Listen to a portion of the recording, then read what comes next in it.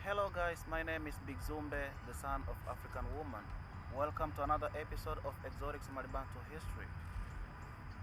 On my previous episode, I discussed about the difference between the Somali, the Somali Jila and the Somali Bantu.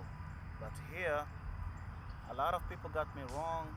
I mean, they thought I'm trying to segregate, I'm trying to bring like a discrimination pattern between the Somalis. No, that wasn't my intention.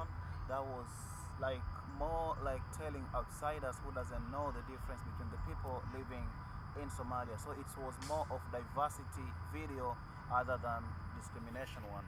So in this episode, I wanna tell you, I wanna talk to you about how the Somali Bantu ended up in Somalia. And on this, I will mostly talk about Wazigula. Wazigula, they are from Tanzania, mostly at the region called Tanga. So most of the Somali Bantu, mostly the Mai Mai and the Wazigula, they are all believed to have come from Tanzania. So this is how it happened. Years ago, there was people living in Tanzania as usual, as normal. Then there was people living in Zanzibar. I have to mention Zanzibar because this is a very crucial to our story today. Zanzibar at that time, it was ruled by a king called Said bin Sultan. Said bin Sultan is an Arab, but he was ruling Zanzibar at that time. That time they were calling it Zenj, or the land of the black people. So Said bin Sultan had three children. The first kid being Thuwaini bin Said, the second one being Majid bin Said, the third one being Barkhash bin Said. So these three kids, at least the ones that are documented, he might have a lot of more kids, but these three are the ones which are more important to our story today. So a few years later, Said ended up dying.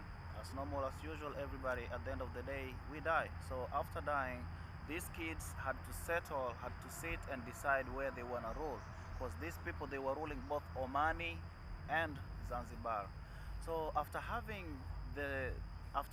this thing we call, after the death of Mr. Said bin Sultan, his kids had to agree, whereby Thuwaini decided to go and rule Oman, and Majid decided to rule Zanzibar. So them living in Zanzibar, Majid started this chain, or the thing we call slavery. He started selling people to Arabs' land. So selling these people to Arabs' land, they had to find a transit area, an area where they will put the slaves before they take them to Arabs' land, and that area happens to be Puntland. Puntland. Punt is a vessel. It's like a ship. It's like a medium of transport through water, or through water. Let me say it the African way. So there were punts that were parked. They used to park their punts there so they can carry slaves through the Indian Ocean to Arabs' lands. So the Puntland happens to be the modern Somalia. And though, like I say, I think I said in one of the videos that Somalia is divided into three countries, which is one, there's Puntland, there's Somaliland, and the main Somalia. So having the area at that time being called Puntland, they were taking these people, they will entice them from Tanga, a place called Tanga in Tanzania. Then they end up in Zanzibar, where they are promised a lot of good stuff. Then from Zanzibar, they were brought to Puntland. Then from Puntland to Arabs' land through the Indian Ocean. So the Somali Bantu happened that they were enticed. Like there's a lot of stuff that they used to convince them into accepting following them. They showed them like dates, those sweet stuffs, the animal skin, and all beautiful stuff. They're like, yo, if you follow us, you go there, you will find a lot of sweet stuffs, the dates, and beautiful girls. You will be feeling all the good stuffs. So they agreed and decided to follow them. When they followed them, they ended up in Zanzibar. Then from the Zanzibar, they were chained and taken to Somalia. That was so painful that the deal ended up being painful to them. and it was too hard for the people at home to realize that their people who were taken at first were being tortured, because there was no any form of communication that they could tell their people that not to fall for their trap. That's why it kept on happening a lot of time, several times. I mean, the slavery continued because there was this barrier between of communication between the people who are sold and the people who are not sold. So having been at Zanzibar, Majid would sell these people to, I mean, would send these people to Puntland so they can be taken from Puntland to the Arabs' land to be slaves, to be sold, to do all the crappy stuffs that the slaves went through. So after some time of Majid selling these people, keep on selling them, after sometimes a group of Wazigula, or a group of people, a mixed a mixed race from Tanzania, they ended up in Puntland and decided to plot a plan to escape. So they escaped and went far away looking for suitable land to settle. As they kept on walking, there was mean of communication at that time. It was a dream. They would sleep, one of their leaders would sleep, and they would dream where they should be headed.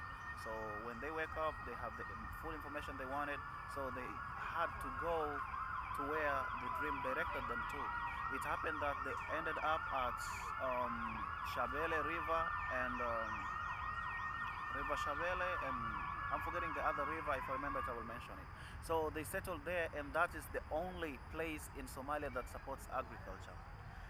On my previous video, there was one guy who said he thinks that in Somalia there is a lot of Somali Bantu than the Somali Jila, which is so wrong, because Somalia geographically is a semi-arid area, and the Somali Bantu, or the Bantus, they are people who are agriculturalists.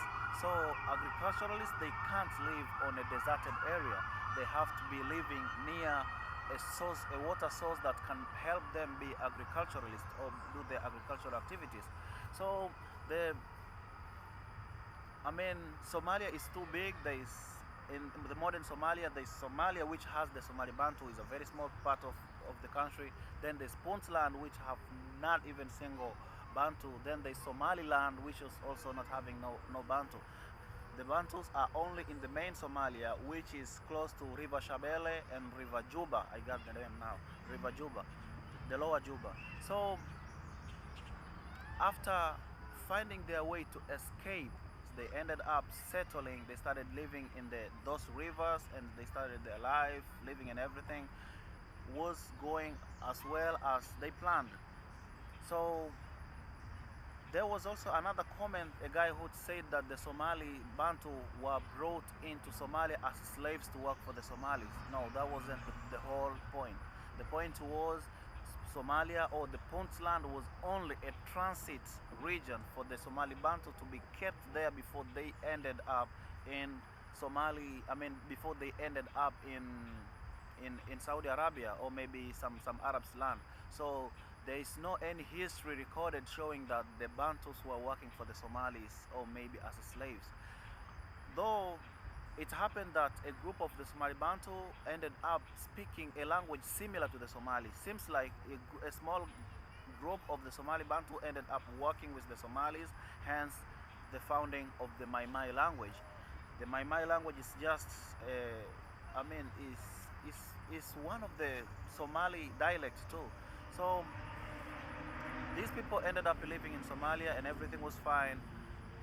They lived there up to when the Somali pastoralists ended up coming and started bringing issues, because they were hungry, they were suffering, the desert and stuff. Then they came and discovered there's a land where people could grow food, and they were living all this good life. They had to come and started doing barter trade. They bring animals to the agriculturalists, then they take food in exchange, maybe maize, millet, sorghum, all those foods that the Bantus were growing. So they kept on doing the barter trade up to when they were like, okay, fine, we are more than these people. Why would we let them act? Why would we let them have the most fertile land, and we are all suffering on the other parts of the land? And that's where the trouble began. They started fighting, having issues with the Somali and the Somali Bantu. They've been fighting for that place till the Somalis, Jila, they were able to get a very big chunk of land that they ended up living, and hence finding the Somali agro-pastoralists. Yeah, they are pastoralists and agricultural too. That was good to their side, but to the Bantu side, it wasn't good because they were feeling like they are being robbed their rights to have the, that location. And mind you, a lot of people, I had hateful comments saying that the Somali Bantu, they don't belong in Somalia, they don't do this, they don't do that. Man, when the Somali Bantu ended up in Somalia as slaves, it was in around 19th century. That's 300 plus years ago. That time there was no country called Somalia. Somalia was formed or got independence in 1960s. So in the 60s, the Somali Bantu were already in Somalia. They even blended and they were living their life like they never left, or they never came by mistake. So there wasn't Somalia when the slavery was taking place. And after that, when the Somalia was formed, everybody was there. So everyone has equal chances and equal rights to stay or to live in Somalia without discrimination or any other stuff. So please comment, tell me anything. I will reply on my next video. And thank you for following the exotic Somali Bantu history. I will be coming with more and more topics as we continue getting to teach or to tell about the Somali Bantu stories that were never told anywhere else. Thank you. I will see you on the next video. Bye. Thank you for today.